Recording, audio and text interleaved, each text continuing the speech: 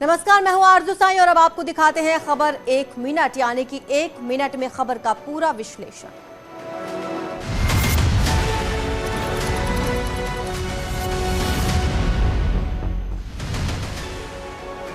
अतिक्रमण के खिलाफ प्रशासन का बुलडोजर लगातार चल रहा है। आज कासगंज की बारी भी थी, जहां 5 करोड़ की करीब 30 बीघा जमीन को कब्जा मुक्त कराया गया, यानी कि अवैध कब्जे के खिलाफ प्रशासन अलर्ट मोड पर है।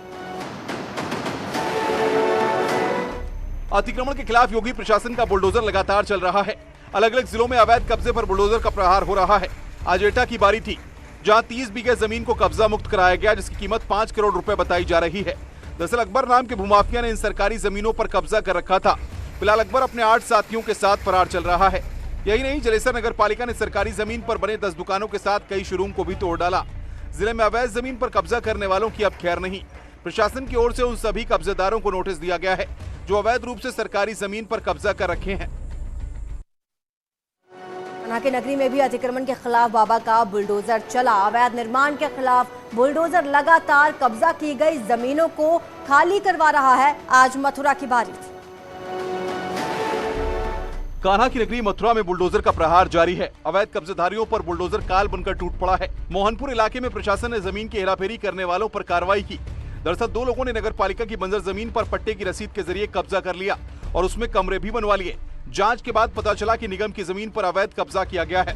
अवैध निर्माण की सूचना पर प्रशासन ने सभी कमरे गिरवा दिए। नगर निगम की ज़मीन थी, उस पर कुछ व्यक्तियों ने कब्जा किया था, बाउंड्री वॉल बनाया था। उसको हमारे सहायक नगर आयुक्त जी ने जाके उसको ध्वस्त कर दिया है, नियमानुसार तरीके से उसको किया। और जो अस्थायी अतिक्रमण वहाँ पे जो किसान कर रहे हैं अस्थायी अतिक्रमण, जो फसल लगाएं, उसको भी हटाया जाएगा नियम। योगी सरकार में जगह जगह अवैध अतिक्रमण पर बुलडोजर गरज रहा है। बुलडोजर लगातार बिना रुके बिना थके जमीनों पर से अवैध निर्माण को ध्वस्त कर रहा है, जिससे अवैध अतिक्रमणकारियों की नींद उड़ी हुई है।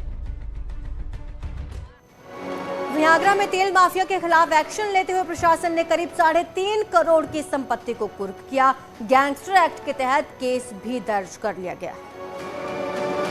आगरा के छाता इलाके में नकली तेल बनाने का गोरख धंधा करने वाले 2 कुख्यात भाइयों पर पुलिस ने बड़ी कार्रवाई की। पुलिस ने गैंगस्टर एक्ट के तहत दोनों की करीब 3.5 करोड़ रुपए की संपत्ति कुर्क कर दी। पुलिस की कार्रवाई से अवैध धंधा करने वालों में हड़कंप मचा हुआ है। सारिक अहमद और सारिक पुत्र मुन्ना ये एक आदतन अपराधी है और इसके विरुद्ध सन 2011 से आधा दर्जन के आसपास मुकदमे पंजीकृत हैं और ये अपराध करके अवैध धन अर्जित करता है। आज गैंगस्टर अधिनियम के अंतर्गत धारा 14(1) के अंतर्गत जिलाधिकारी महोदय के आदेशानुसार इसकी अवैध अर्जित संपत्ति को कुर्क किया जा रहा है। पुलिस के मुताबिक दोनों भाइयों ने नकली तेल के अवैध कारोबार से संपत्ति अर्जित की है। इनकी संपत्ति कुर्क कराने के लिए 1 दिन पहले जिलाधिकारी ने आदेश दिए थे।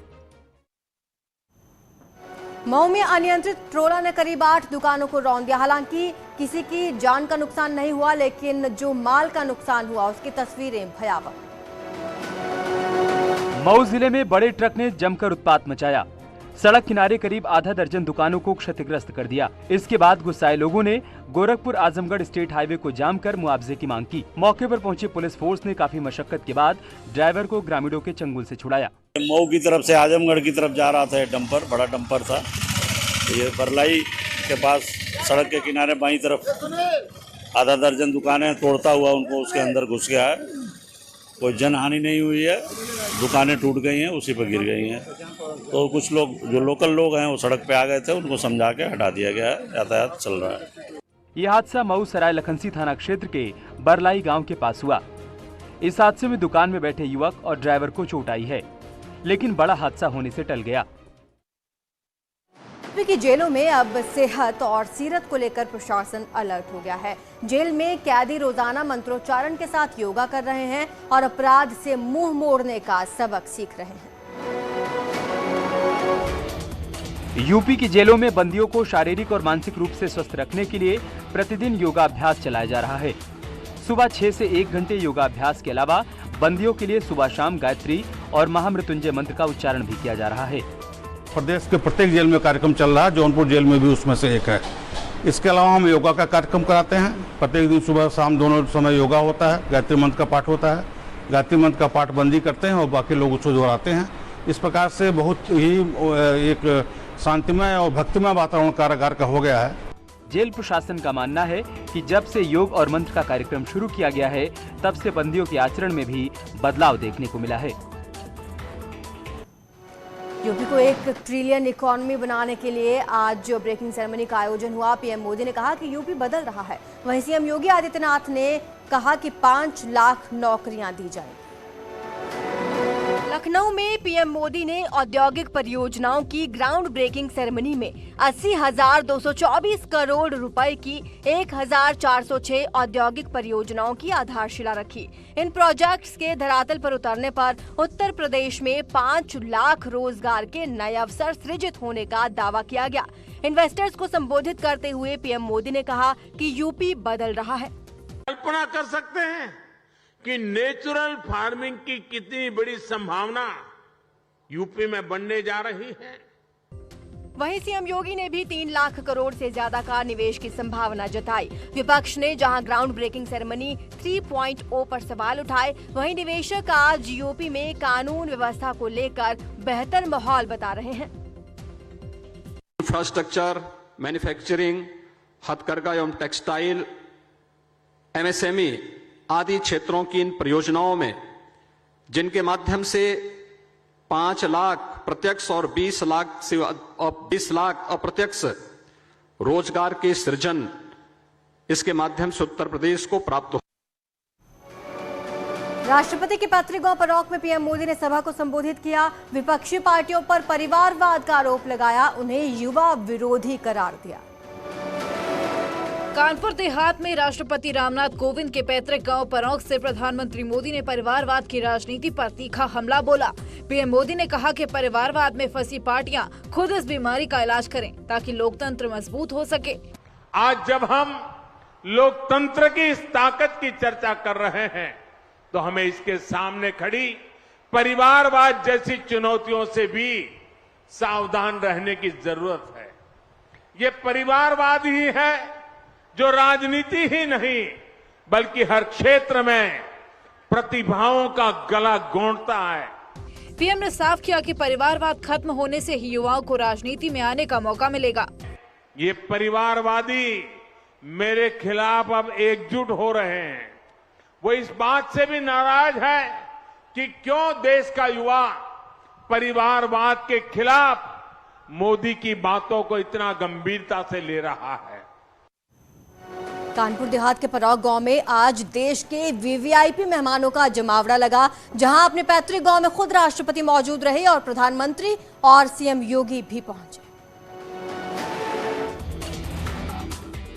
राष्ट्रपति रामनाथ कोविंद का पैतृक गांव परौंक खास है।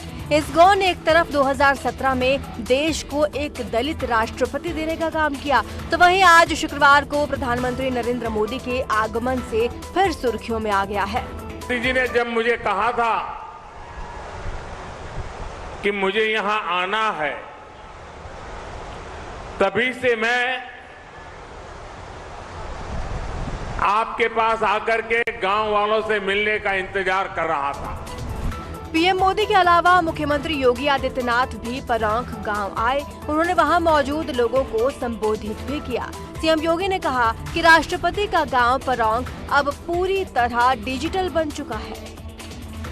बाबा साहब भीमराव अंबेडकर जी के मंदिर में और फिर राष्ट्रपति जी के पैतृक घर में स्थापित मिलन केंद्र में जाकर के एक एक कार्य का अवलोकन किया है। इस अवसर पर मैं परौंक गांव वासियों की ओर से, उत्तर प्रदेश के सभी नागरिकों की ओर से आदरणीय प्रधानमंत्री जी का भी मैं हृदय से स्वागत करता हूं, अभिनंदन करता हूं। चंपावत उपचुनाव में सीएम पुष्कर सिंह धामी ने ऐतिहासिक जीत हासिल की। कांग्रेस की जमानत जब्त हो गई। बताया जा रहा है कि उत्तराखंड के इतिहास की यह सबसे बड़ी जीत है। चंपावत उपचुनाव में बीजेपी प्रत्याशी सीएम पुष्कर धामी की ऐतिहासिक जीत हुई है। सीएम धामी ने कांग्रेस प्रत्याशी निर्मला गहतोड़ी को 55,025 वोटों से हराया। सीएम धामी को कुल 58,258 वोट मिले। जबकि कांग्रेस प्रत्याशी निर्मला गहतोड़ी को 3233 वोट मिले। सीएम धामी को करीब 93% वोट मिले हैं। सीएम धामी की जीत से बीजेपी कार्यकर्ताओं में जश्न का माहौल है। का बहुत खुशी की लहर है। सभी की मेहनत रंग लाई है। मैं सभी बहनों को, सभी भाइयों को, क्षेत्रवासियों को बहुत बहुत बधाई देती हूँ। हमारा भाई जीत गए हैं, बहुत अच्छी तरह से, बहुत अच्छा हो गया। बहुत बहुत धन्यवाद धामी जी को, जो हमारे मुख्यमंत्री भी यहाँ से चुनाव लड़के जीत गए। अभी तक जितने भी सीएम को लेकर उपचुनाव हुए हैं, उसमें सीएम धामी की जीत को सबसे बड़ी जीत बताया जा रहा है।